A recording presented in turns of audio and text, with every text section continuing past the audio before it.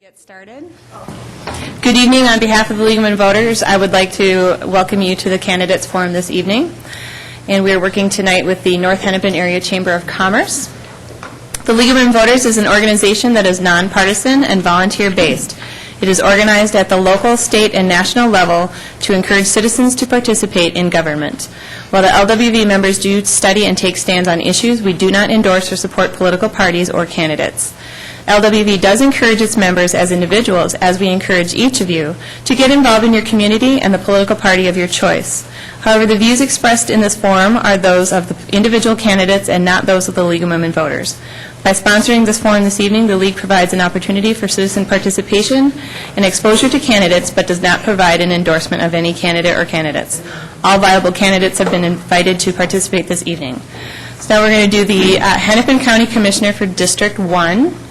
And our candidates are Mike Opat and Chris Raines.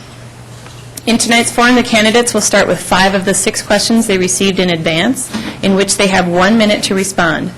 Then our candidates will have up to 30 seconds to respond to each of the questions coming from the audience. Finally, they will be given 1 minute for the final question that is their final statements. Candidates, the League would like to request you to refrain from making any personal attacks on your fellow candidates. So if you have questions, get them written down. As long as they are not a personal attack and they've not already been asked and we can read them, we will ask them.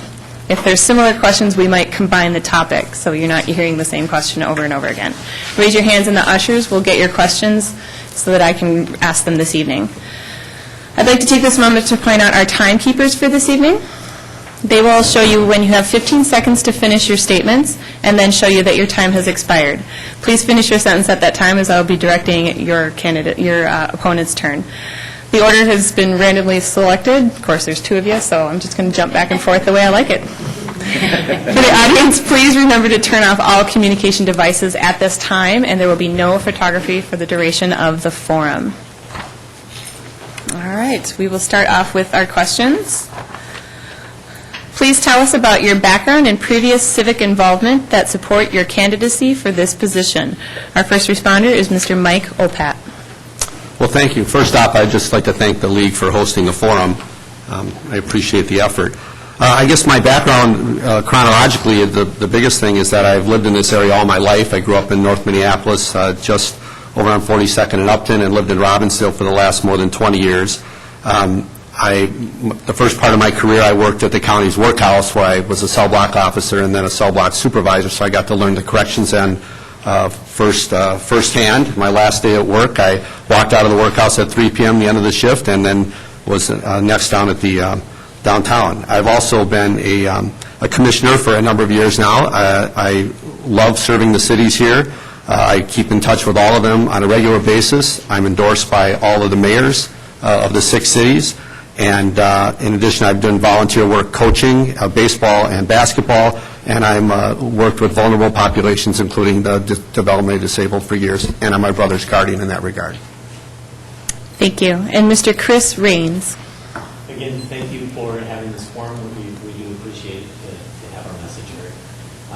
I have lived in this area for 40 years. I grew up in Newell. Moved to Brooklyn Park and have been in the area that entire time. Also worked in that area the entire time. Turn your mic on. And also worked in that area the entire time. I've never run for office before. That was not something I was ever going to do. I've always been in the private sector, and I felt that the time was right for me to do that. I've spent all of my adult life in the real estate industry. I've been a developer, a real estate broker, all facets of that. The last 18 months to 2 years of my life, my brother and I have opened 5 retail stores. We've opened them across the state, and we continue to open more. We've hired 13 people. One of the reasons I'm running is mainly for government spending and the issues relating to debt. Thank you. The next question. What do you see as the county's essential services? In your opinion, what are the county's top priorities? Our first responder will be Mr. Raines. I see the county's role as providing those core services. They are mainly the safety net, vulnerable, people with disabilities, child welfare, and then health and human services. The top priority for me would be to make sure that we prioritize government spending. We need to make sure we have defined goals and the results that go along with that. We want to make sure that the board is not wasting money and that the voters are getting the results that are desired and not just having open-ended programs. Thank you. Mr. Opat? Well, I think the county's essential services are those that care for the vulnerable and help those who can't help themselves. So when we get into child protection, collecting child support, helping the developmentally disabled, the vulnerable populations, including the services we provide to those who need help to get health care. We have a clinic here not too far from this building that Hennepin County operates, another new one in Brooklyn Park, so we've been able to get out and do that job better. Public safety, of course, and the operation of the probation system is a vital service, and we have to continue to do that well, not always very visible. And then provision of the libraries is, of course, I think, a vital service and one that is especially important to the average citizen, as well as making sure that we can do a good job partnering with the school districts to use them to the maximum benefit of all. Thank you.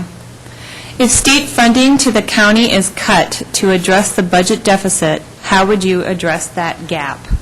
First responder is Mr. Opat. Well, that's an interesting question because it really depends on where the funding's cut. The county's state funding comes in a variety of ways. It comes in human services. It might come in subsidy for social workers or partial payment of benefits to the actual clients themselves. In probation, it can come via the Community Corrections Act. Now, that's an interesting call. If they were to cut the Community Corrections Act, and that's happened, that you can either decide to have bigger caseloads and more offenders, and a probation officer supervising more offenders. In that case, I think public safety suffers, and then, you can backfill with property tax if you feel the need to do that. In some cases, you just manage the cut through downsizing, and we've done that. When the state cut general assistance medical care, we didn't have a way to pay for care for the adults, and we had to downsize our program that did that significantly. We just did it quietly and we didn't do it through attrition. We had to do some layoffs in that case. Thank you. Mr. Raines? As far as I'm concerned, we shouldn't be waiting for the state. I believe we actually already have a budget crisis in many respects. Since 2007, the county's debt service, which is the interest payments they pay on bonds and levies and things like that, went from $37 million to $78 million. It doubled in about 5 years. Within about 2 years, it's projected to be at $94 million, and that's just the interest payments on the debt that we have. And the county's debt is at $800 million. And I just think that the spending has gotten a little out of control. They're putting a lot of emphasis on taking out debt rather than putting things into the budget. And so that, I don't think the crisis is necessarily with the state, although that could be, but we have a crisis at the county also. Thank you. Our next question. What strategies do you advocate for the county to support job growth? First responder is Mr. Opat. Okay. Well, I think there are a number of strategies that we use now to stimulate job growth. First would be the county's partnership with the greater MSP regional economic development effort. Now, that was begun by a number of the CEOs out of the Itasca group. And I don't have enough time to explain the Itasca group, but the county joined as a member. It's a 13-county regional area that looks to try to attract businesses here, and everybody work together to try to make this area attractive. I think we do it through investing in infrastructure. I think we do it through improving the roads. A great example is Bass Lake Road, just down the street here. That partnership with the City of Brooklyn Center to improve that has attracted businesses. I think any city council member is thrilled with that, and the county that came through a partnership with the county, one that I had a hand in starting, that's also made improvements on Bass Lake Road and West Broadway and along County Road 81. So I think our infrastructure has to be attractive to people to come in, and then we can also do some things to work with the businesses like Target, and we've been doing that at the northern campus, and I think we all know how important that campus is to the northern suburbs. Thank you. Mr. Raines? The county has a lot of issues to deal with. Some of them are bringing businesses in through road and development. That is all part of it. But I think there's another part of it, and that's a tax burden. In the real estate industry, we have people who ask us to go find properties commercially, anything but Hennepin County, because they can't afford the property taxes. My issue is that, businesses need low overhead. I'm in Osseo, and I saw my property taxes in the last 5 years go from $7,000 to $17,000. That's all while we had a downturn, and I was trying to keep my employees. Not all of that is because of the county, but the county is a big player in that. Part of that is state. And at the last board meeting, Mike had mentioned that it really doesn't matter if we raise the levy because it won't affect residential property that much, and the rest will go on commercial. Thank you. What transportation challenges do you see in Hennepin County? What solutions do you support to address the transportation needs in the county? First responder is Mr. Raines. One of the biggest transportation challenges I see is building light rail. We don't really have the density to support it.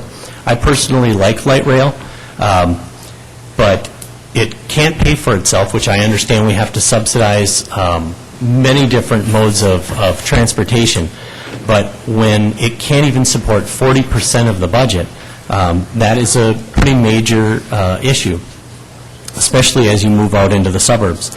The other issue is that when you look at projects like the Lowry Bridge, which was supposed to cost taxpayers $9 million, and after it became a signature bridge, many more feet were added to it, it came out to be something totally different. And taxpayers are now on the hook for $66 million rather than $9 million. And I just think that the whole building signature, beautiful things is great, but in a down economy when business owners are hurting and homeowners are losing their home, that's not the time to increase the tax burden like that. Thank you. And Mr. Opat. Well, I think the transportation challenges are also opportunities. I see LRT and the bottom line as a huge opportunity for the suburbs through which it will travel. At the end of the line would be downtown Minneapolis, actually in the middle, and the airport at one end. Also, all the businesses out at the Mall of America and out in Eden Prairie through Minnetonka. At the northern end of it would be the Target Northern Campus, where Target at one point was planning for 30,000 jobs. And if you haven't driven up there, you'll see the 2 new towers that are going up right now. It's important for us to be connected to that system. So I look at that as a challenge. It's hard to do in these debates to handle numbers out of context, but some of Mr. Raines' comments are out of context, including the debt service and some of the discussion of the fare box of LRT. A longer discussion could maybe make that easier. But I think we need to have LRT up here. I think the challenges are to build the roads and bridges we need. The Lowry Bridge, by the way, is 2 bridges, not 1 bridge, and we added the second part rather than wait a few years when interest rates went up. So there's more to the story in a lot of these things, but I think important for us here is to make sure we take care of the infrastructure, and if that means we have to build it, then we build it. Thank you. We're now going to move on to the audience questions, and please raise your hands if you have questions to come up to our people to make sure that I can read them. The first question is, in which you have 30 seconds to respond. Do you believe the state is adequately funding services it mandates and the county delivers? Why or why not? First responder will be Mr. Raines. The state has many mandates that aren't funded that the county does have to pick up or figure out how to make that transition to achieve the goals that they want with the money that they've been giving. And sometimes that's very difficult. But yes, I believe that we need to lobby our state legislature to quit giving us unfunded mandates. Thank you. Mr. Opat? No, I don't think the state is funding the counties with the services that they mandate us to provide. Particularly in corrections, I think that slide has been most evident. We've had offenders sentenced to finish their terms at our workhouse, and that comes, and they send along a per diem that doesn't cover the costs. In addition, with probation caseload, we do a lot of probation in Minnesota, and I'm not necessarily against that, but I think the state then needs to fund the probation officers to keep the caseload sizes small enough so that we can keep a good enough supervision of those offenders. Thank you. Next question. How accessible are you to your constituents? Please explain and give examples.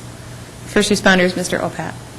Well, I'm accessible at the office. I'm accessible on email, both at the office and with the home address. I'm accessible for evening meetings. I visit with my police chiefs, with my mayors, with city council members whenever they ask.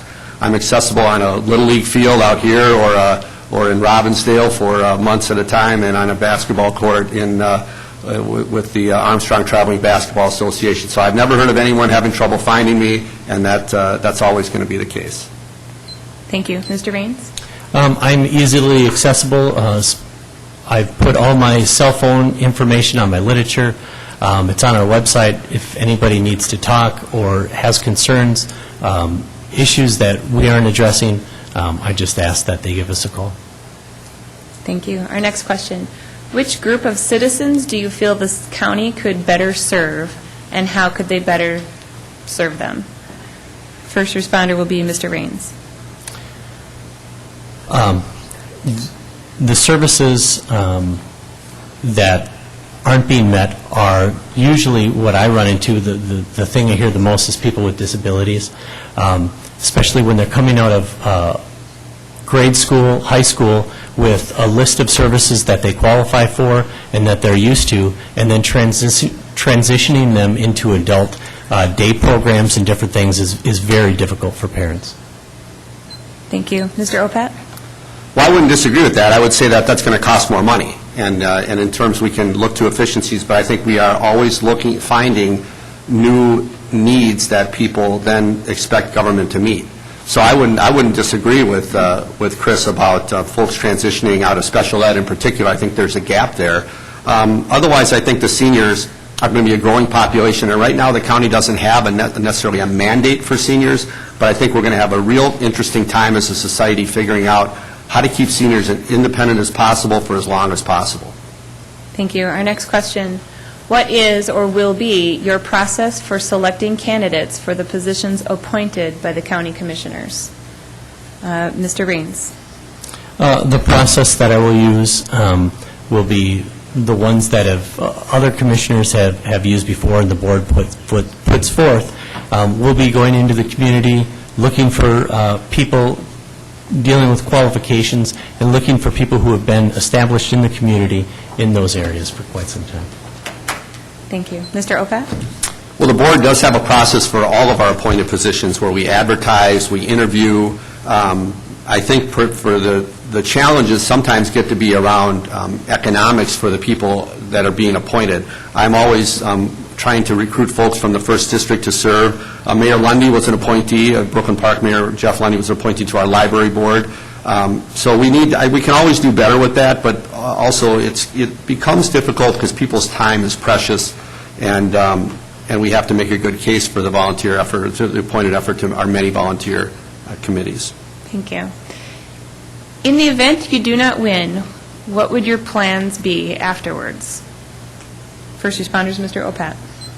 Well, my plan's to win. So That's not the question. I don't know that the question's all that germane. I mean, I'm here because I intend to win this race, and I want to continue to work for every city in the district like I have been. So, I really haven't spent a lot of time thinking about that, and I don't think I'm going to come up with an answer in 12 seconds. Mr. Raines. I plan on winning also.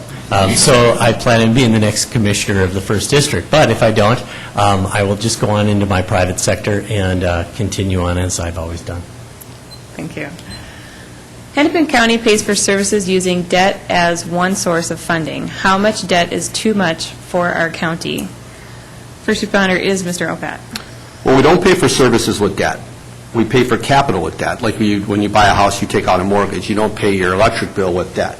I mean, hopefully you don't. We don't at the county. We use operating funds for that. So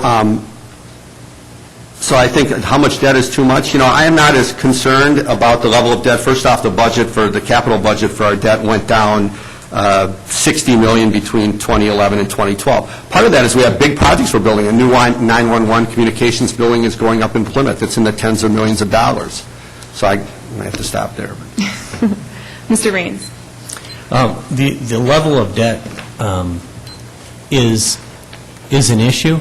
A lot of it is when you're servicing that debt, right now, I think we have $77 million in debt obligations this year. That's all people's property taxes. That's seniors who don't have an income right now. That's all money that goes into the property taxes, and eventually, we need to just start paying that down and refocusing on what our long-term vision is and how we stretch that out over time. Thank you. Our next question. Hennepin County Commissioners have raised taxes while real estate prices have fallen. What will you do if elected to ease the tax burden on Hennepin County property owners? First responder is Mr. Raines. My goal, which you've obviously heard tonight, is to lower property taxes and to get that structured. Part of the issue is not just with Hennepin County, it is with the state. There are issues in the way that they fund it, the obligations, and how the classifications work. But there is opportunity to cut those taxes and lower our levy. It's been 18 years or 17 years, and they've been going up. We just had 2 lower years, but that's not enough because next year it's already set to go higher. Thank you. Mr. Opat, and may I remind any questions, now is the time to get them in. So. Well, the statement in the question is inaccurate. I mean, the property tax levy has been low in 2 of the last 3 years, and right now we don't have a budget adopted for 2013. The maximum it can go up is 1%. That doesn't mean that we'll adopt a budget that goes up 1%. All that being said, the effect on individual homeowners or property owners varies based on the 2 places we get the property tax from, commercial buildings or residential buildings. So to make a statement like that, it's not an accurate statement, and I think that's important to point out. Our next question. What are your thoughts on sustainable development and Agenda 21 as to how it affects our individual liberties and our individual property rights? In 30 seconds.